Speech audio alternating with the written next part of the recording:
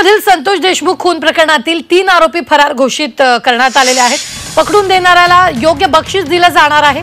सुदर्शन घुले, कृष्ण आंधळे आणि सुधीर सांगळे हे वॉन्टेड असल्याचं समोर आलेलं आहे। पोलिसांकडून हे बक्षीस जाहीर करण्यात आले। स्थानिक गुन्हे शाखेचे पोलीस निरीक्षक यांच्याकडून प्रसिद्धी पत्रक जारी करण्यात आलं असून या आरोपीला पकडून दिल्यास योग्य बक्षीस दिलं जाईल आणि नाव गोपनीय ठेवलं जाईल असं देखील यावेळी प्रसिद्धी पत्रक जारी करण्यात आलं। या संदर्भात ताजे अपडेट देत आहेत आपले प्रतिनिधी विष्णू बुर्गे। विष्णू, सध्या यावेळी पोलिसांनी त्या आरोपींवर बक्षीस जाहीर केलेलं आहे, नेमकं काय?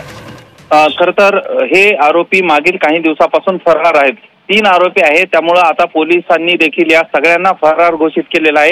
जे माहिती देतील किंवा या सगळ्या संदर्भात सगळं काही माहित करून देतील अशांना बक्षीस देखील आता पोलिसांनी जाहीर केले। खरं तर सकाळीच आपण सांगितलं होतं की यातील एक आरोपी यातला जो सुदर्शन घुले आहे, सुदर्शन घुलेवर 10 गुन्हे दाखल आहे। त्यामुळे हा सराईत गुन्हेगार असल्याची रेकॉर्ड जे आहे ते पोलीस रेकॉर्ड समोर आलेले आहेत। त्यामुळे त्याने या अगोदरही अशा अनेक गुन्हे केल्याचं माहिती मिळालेली आहे। त्यामुळे या गुन्हेगारी प्रवृत्तीचा हा व्यक्ती असल्यामुळं याचे आता धागेदोरे अनेकांशी असल्याचं लक्षात आल्याच्या नंतर तो तपास सगळ्या लक्षात आल्याच्या नंतर आता या सगळ्यांच्या वरती आता बक्षीस देखील घोषित केलेलं आहे। या 3 आरोपींना माहिती देणाऱ्यांना हे बक्षीस घोषित करण्यात आलेले आहे। वॉन्टेड म्हणजे फरार अशा पद्धतीचं पहिल्यांदाच पोलीस प्रशासनाने जारी केले। त्यामुळे आता जे लोक पाहतील किंवा ज्यांच्या संपर्कात असतील किंवा हे जर झालं तर पोलिसांना तपास करण्यामध्ये नक्कीच याचा तपासामध्ये फायदा होईल आणि